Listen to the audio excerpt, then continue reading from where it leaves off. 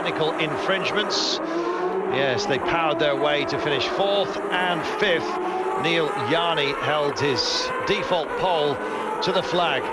And already here, an absolute nightmare for Negrão, who was to start this one on pole. Negrão, of course, finished 8th yesterday. And this looks like trouble for him, and that could well be the pits from pole. Unbelievable luck for on the tyres. So, and there's trouble for Hernandez too. He's also in problems early on here. So coming up, getting on your marks here. Adam Cowell just missing out, incidentally, for the remainder of the season. Here we go then. Everybody happy, reasonably happy, except for the two who are in the pits. There's the light board. This is the sprint race. Let's go racing here in the Hungaroring. Bang, and underway, and tidily done. And look at Pla, he loves these sprint races, won the last two, and he's already bedded himself in, and that's a nightmare. And that looks like Ryan Sharp, I beg your pardon, that looks like Scott Speed out the back. But look at Pla, he's all the way down to the first section. Vizo's looking at him, he fancies it as well. Round they come. Oh, it's nice and tight, but everyone has got the way through here. 3 into 1 do go, it seems, and Scott Speed finally back underway. He got it fired up. Nightmare. A little bit of contact, it seems, there with Lapierre in the middle of the pack. Piquet Jr. also a feature, and look at them go here. Wonderful onboard camera work here. Absolutely superb as the field jink and dive behind us here, but it's Olivier Pla who's just gone away with this one, it seems. Everybody trying to find their place in this one. They know it's so difficult to overtake at Hungaroring. At least that's what it says in the guides, but we've seen some great action here, and there's Adam Carroll on the charge as well. He's looking nice and tidy in the black car. Super racing here, great to see. Rosberg, Prema in the mix as well. They've had a good launch. Oh, and getting a little bit wide. It just shows you've got to find the space wherever you can, and Kovalainen is looking for it all over the place, and he needs to be careful. Needs to be very, very careful indeed. Kovalainen starting in just 7th spot today, courtesy of his 2nd place finish yesterday. It's a mean spin as far as the top 8 are concerned, and one wonders whether you wouldn't like to drop a little bit further back. I know the points are different, but whoa, just getting a little toe in there. On board with Piquet Jr. We saw him do that yesterday. You haven't got a moment to think here. Absolutely not, particularly at the beginning of the race, because it is very, very dicey. It is a dust bowl here. There is a dirty part of the track. Olivier Pla started on that part, and you can see the dust being chucked up. That's not just exhaust there. It really is mucky over there. They've got to go into it to get a decent line into the corners here. Clipping each other's noses, are they? They're tidily through once again. The field absolutely locked together here, and it's wonderful to see. Pla is there ahead of Vizo, Prema in air, and he is just clean gone. And provided he holds on to that, Piquet Jr. just building his challenge once again, coming through, picking off some of the back markers and doing an absolutely sterling job of it as well. Tidily done.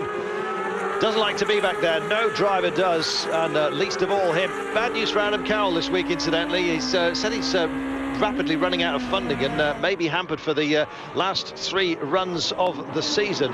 Certainly hope not. Finale in Spa, of course, look forward to it. So, everybody settling into their marks, but those who perhaps could have done better at the beginning are really now involved in their own fights. Kovalainen, one of those.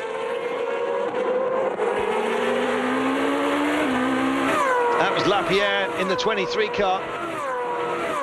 Through the already developing heat haze in front of a packed house. They all heard what a great race it was yesterday, and those who'd gone off after Formula One qualifying certainly came back to enjoy this. And a thriller they've got here in the sprint race as well. Slicing and dicing, they're very, very close together here. They've got to be careful. There was contact yesterday, a lot of intermeshing, which amazingly kept clean, and we've got a problem already. This is Negrão on board with him, and the 4 car of Negrão relaunching himself. I thought we were going to see a little bit more action there, not a bit of it, unfortunately, and I think that's Fauzi. Let's have a look at him. And it's Mondini, and contact there was, and I just hope that the man he got into, oh dear, well, the 4 car of Negrão taken out there effectively. Just having a look at him, seeing if he's okay, but Mondini, he's new here, taking over from Ryan Sharp, and just not used to the car, and there's the price that he is taking, and others are... Welcome back here, drama indeed at the Hungaroring. It just goes on, and Viso looks like he's got a bit of a problem. He's slowing dramatically as the rest of the field pile past him. Negrão, difficulties for him. Mondini as well. Just a lackluster debut for him. Hardly surprising. He doesn't know the car in particular, and one to avoid for the rest of them. And we're hearing that Scotty Speed as well. There he is, coming into the pits, and he's not having the best of times. Indeed, something wrong with his car at the beginning. There are the of Ryan Sharp for the remainder of the season, but we're still racing, still out there, and he's still trying to rebuild his challenge in that Ford Cup. He can get it very wrong very easily here. These cars absolutely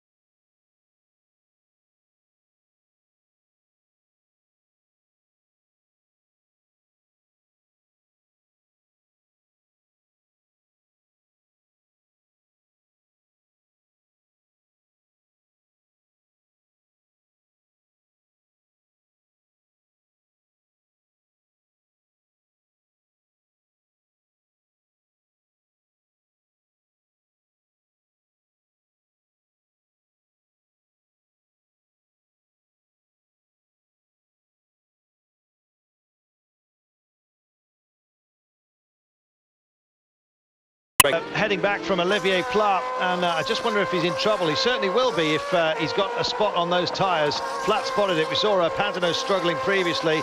Piquet Jr. as well has had the same trouble. There's a big lock-up, and you've got to ask yourself whether it was just a braking error or whether there has been there's been an awful lot of debris on the track as well, little bits and pieces.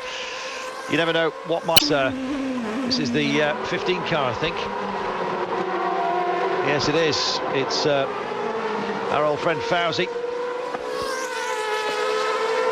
Currently running. A few more stories to be told here. Interesting about that setup of Kovalainen. Didn't get the best of starts, it seems here, and he's struggling just a little bit. And others also having their problems here.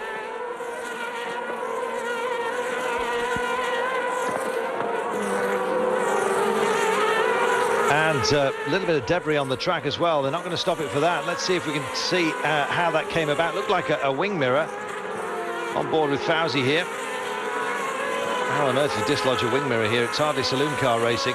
If you're that tight in, that Yanni perhaps is a bit of a cork in the bottle. And that's Olivier Pla. That's Olivier Pla. And that is desperate luck for the young Frenchman. And also for DPR Racing. Pla starting at the front, and of course Mondini right at the back is just trying to learn his trade. Pla certainly knows all about the sprint races, and it's off the leash for the ART boys, and what a result that will be for them. If they carry this to the end of the race, I fancy that Rosberg will be wanting Premat to get out of the way, mainly because, of course, Rosberg is a championship contender. He's starting this one just a couple of points, a few points adrift of Kovalainen. Yes, indeed, coming into this one, 10 points. And that's the reason. Olivier Pla's car, not safe. They're going to be collected and racing again. We're going to take that break now.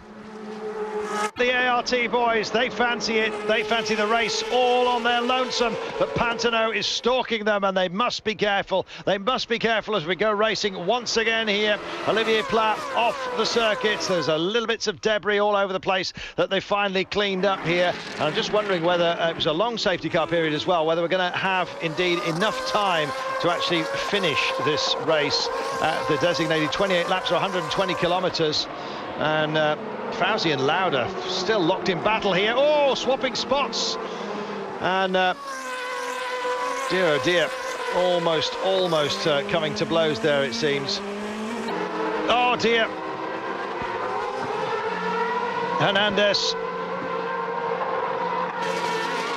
Let's see how it happens. One fancies it was all on his own. Yes, he's getting the braking wrong onto a very dirty part of the track. Round he went, and Premat and Rosberg will be celebrating long and hard tonight. The shortened race playing into their hands perhaps, but they really have put a distance between themselves and everybody else, and Premat is not going to let Rosberg through here. Absolutely not. There's the line, and it's all about ART, and look at the delight here. They've had their problems, not only the technical stuff, but bad calls made further down the line earlier in the season as well,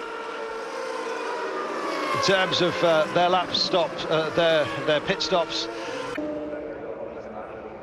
So this is how they came across the line. Premat taking it for ART Grand Prix. It was a 1-2 for that team, with Rosberg, who closes the gap in the championship, on Kovalainen, who finished 5th. Pantano finishing on the podium here ahead of Yanni, who did some decent work to get through here, as well as he did. Feel sorry for Negrão right at the beginning. Started on pole, didn't get the breaks that he would have hoped for. Kovalainen perhaps could have done better. He'll be having chats with the Arden boys, the engineers there, to try and sort out the setup, finishing just ahead of his teammate, and the rest of them listed there for you. And Piccioni getting the fastest lap, but finishing 16th on the day. Well, only 25 laps the race was. Not as many changes as we saw yesterday. But a very fine race indeed it was. Just scribbling away, and Kovalainen, it looks like, has now got a 7-point lead on Rosberg, and closed that gap with the result here. Here it is.